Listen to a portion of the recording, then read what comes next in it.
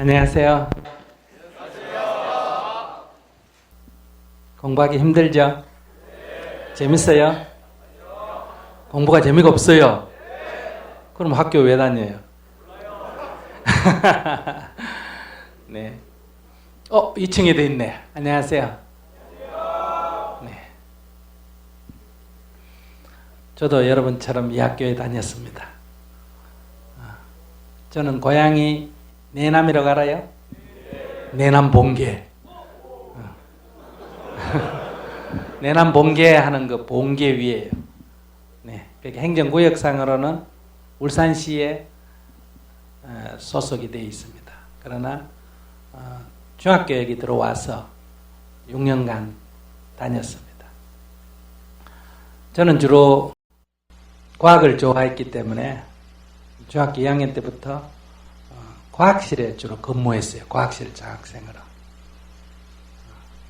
그래서 이렇게 조례할 때 그때는 마당에서 했는데 주로 앰프 들고 와서 나무에 올라가서 설치하고 마이크 설치하고 이렇게 했던 기억이 나네요. 여러분들 만나서 반갑고요. 오늘 여러분과의 대화의 시간은 인터넷에서 검색하면 나오는 그런 지식적인 얘기 말고 정말 내가 고뇌하는 얘기, 고민하는 얘기, 내 얘기, 남 얘기 말고 하늘의 얘기, 무슨 미래의 얘기가 아니라 나 얘기, 지금 여기 나의 얘기. 두 번째, 정말 궁금한 거. 그게 뭐지? 그 왜 그래? 궁금한 거. 이런 걸 여러분들이 남이 그걸 듣고 그 질문이라고 하나 해도 괜찮아요. 남의 눈치를 볼 필요는 없고 내 얘기를 해보는 그런 시간이 됐으면 좋겠습니다. 선생님한테 물어봐도 되고 책을 대접하면 나오는 얘기, 인터넷에 검색하면 나오는 얘기, 그건 여러분들이 저보다 더 검색을 잘할 테니까 그렇게 하시고 오늘은 같이 대화를 해보자. 일반적으로 이 스님이나 목사나 신부님들이 얘기할 때는 성경이나 불경을 읽고 주로 해석을 하죠. 즉 하늘의 얘기를 먼저 하고 그 다음에 그걸 땅에 적용하는 얘기를 합니다. 저는 지금 여러분과 그렇게 하지 않고 우리 얘기, 나의 얘기, 땅의 얘기, 속세의 얘기, 그것이 무엇이든 질문의 종류에는 관계가 없습니다. 그 얘기를 가지고 서로 주거니 받거니 대화를 하면서 우리가 점점 고상한 경지로, 하늘의 경지로, 행복한 세계로 나아가보자. 자, 그런 얘기예요.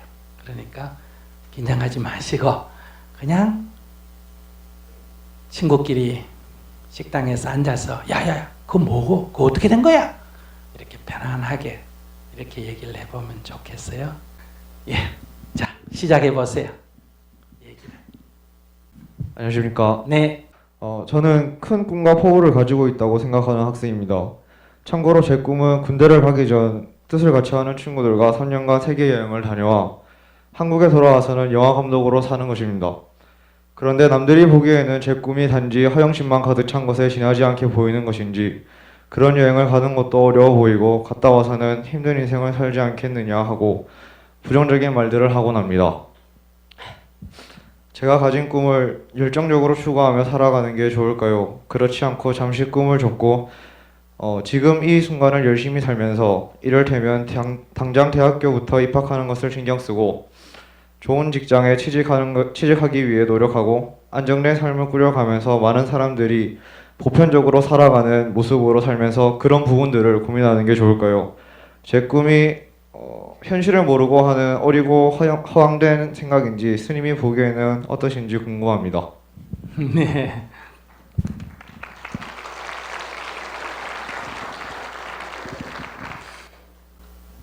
결국은 친구들이 살아가는 일반적인 인생을 살 거냐 아니면 나만이 하는 독특한 길을 한번 가볼 거냐, 어떤 게 더 좋습니까? 이렇게 물었는데, 인생에는 어떤 것이 더 좋다라고 말할 수 있는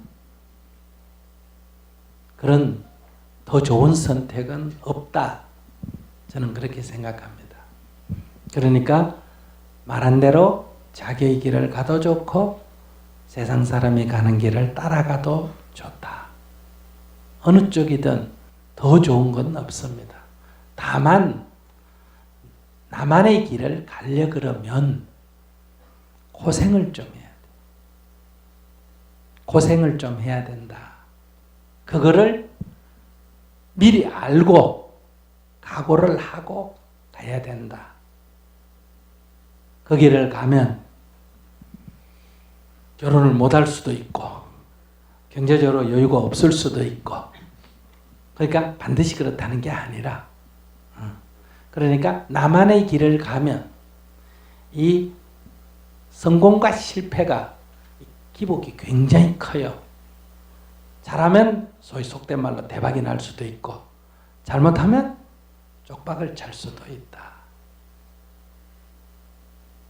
그러니까 그걸 미리 알고 가야 된다. 또 세상 사람들로부터 왕따를 당할 수도 있다. 그걸 알고 가면 돼. 두 번째, 세상 사람들이 많이 가는 길, 그 길을 안전하게 따라가면 소위 부모님도 좋아하고 친구들도 좋아하고 결혼도 하고 이럴 수는 있어요. 안정된다 이래 말할 수 있어요. 그러나 거기에는 쪽박을 차지 않는 대신에 대박도 나오기가 어렵다. 그러니까 그 둘 중에 나는 어떤 것을 선택할 거냐. 예를 들어 말한다면 내가 지금 굉장히 공공한데 돈을 빌리면서 이걸 극복하는 게 낫겠습니까? 안 빌리고 제가 견뎌내는 게 낫겠습니까? 이렇게 묻는다면 어떤 것이 더 좋다고 말할 수가 없다. 내가 돈을 빌리면 지금은 좋지만은 나중에 갚아야 한다. 나중에 부담을 안게 된다. 그 부담이 안는 것이 싫다면 지금 공하더라도 돈을 빌리지 말아야 한다. 즉 선택에는 책임이 따르는 거예요.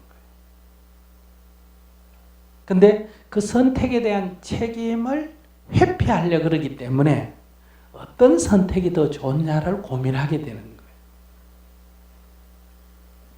거예요. 대부분 다 어떤 게 더 좋은 선택일까? 이렇게 저한테 많이 묻는데 제가 지금까지 원래 60세신데 세상을 살아오고 또 많은 고난을 겪고 이러면서 선택에는 좋고 나쁨이 없다. 다만 어떤 선택이든 그 선택에 대한 책임을 져야 되는데 대다수 사람들은 선택에 대한 책임을 안 지려고 하기 때문에 어떤 선택이 더 좋으냐는 그런 망설임에 번민하게 된다. 저는 학생에게, 후배에게 어떤 선택이 더 좋다고 말할 수가 없어요. 내 인생이 아니기 때문에. 그러니까 학생이 이제 선택을 한다면 그에 대한 책임을 져야 된다는 거예요. 그 책임을 기꺼이 지겠느냐? 첫째, 이걸 이제 중요시해야 된다. 두 번째는 세계 여행을 하는 건 자유예요. 저는 견문을 많이 넓히는 게 좋다고 생각합니다. 다시 말하면 대학 4년 다니는 것보다 세계 한 3년 일주 여행하는 게 훨씬 더 인생에 더 많은 경험을 쌓는다. 이렇게 저는 생각을 해요. 그런데 대학 4년을 졸업한 그 스펙은 세상이 공정을 해주는 거예요. 근데 내가 세상을 일주하면서 얻은 그 수많은 경험은 그것이 대학 다니는 것보다 10배가 더 된다고 하더라도 그것은 아무도 증명서를 안 끊어줘요. 그러니까 여행도 하고 이걸 누가 공증도 해주면 얼마나 좋겠느냐 이렇게 생각하는데 세상은 그렇게 안 돼 있다는 거예요. 그건 내 욕심이다. 그래서 이제 어떤 선택을 할 때 그 결과를 자기가 미리 예측을 해야 돼요. 대부분 다 결과를 자꾸 좋게만 생각하거든요. 막연히 잘 되겠지 이렇게 생각하잖아요. 그래서 나중에 후회를 하게 되는 거예요. 후회는 선택에 대한 책임을 안 질 때 생기는 심리 현상이에요. 두 번째는 자기가 여행 다니는 건 좋은데 자기 고등학교 졸업하고 해외 여행을 할 때 그 경비는 누가 낼까지? 자기는 어떤 계획을 세우고 있어요? 저는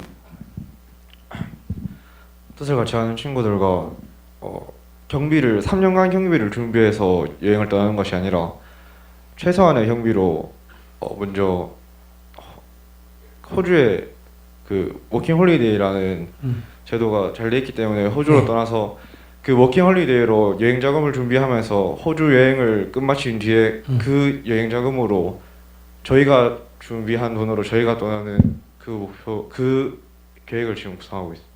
근데 만약에 고등학교를 졸업하면 성인이 되지 않습니까?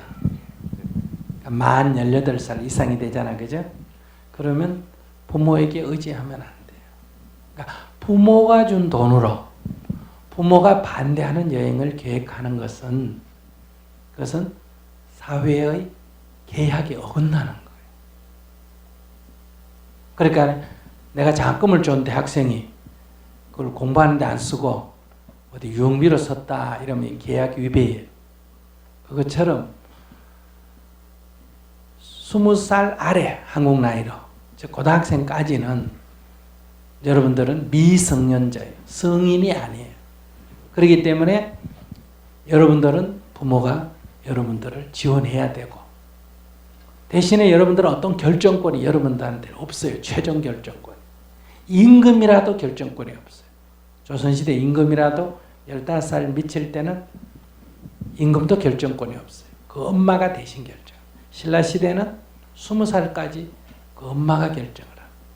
즉 보호자가 결정을 한다. 이 얘기. 그래서 여러분들이 지금 뭐든지 다 내 맘대로 하려고 그런 건 생각이 잘못된 거예요. 근데 내가 20살이 넘으면 부모는 자식을 더 이상 지원해야 할 의무가 없어집니다. 성인이 됐기 때문에. 여러분들은 부모의 잔소리를 안 들어도 됩니다. 여러분들이 성인이기 때문에. 그러나 대신에 지원을 받으려고 해서는 안 된다. 그러니 지원받지 않는 프로그램 하에서 지금 학생이 얘기한 대로 그렇게 계획을 세운다면 좋은 일이다 이렇게 생각을 해요. 내 얘기 듣고 자기 소감을 한번 얘기해봐요. 뭘 느꼈어요? 네, 저는 제일 처음에 질문을 하기 전에 스님이 오시기 전까지만 해도 뭔가 이렇게 많은 사람들 앞에서 일어서서 질문을 한다는 게 굉장히 부담스러웠는데 처음 스님이 오시고 스님의 인상을 본 후에는 이렇게 마음이 좀 편해지는 느낌을 받았습니다.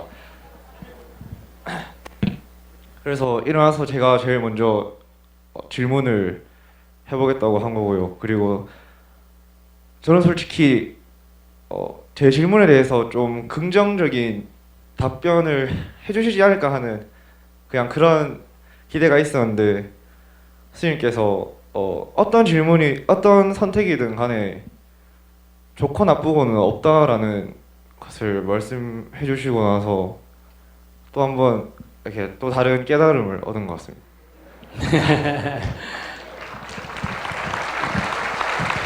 감사합니다.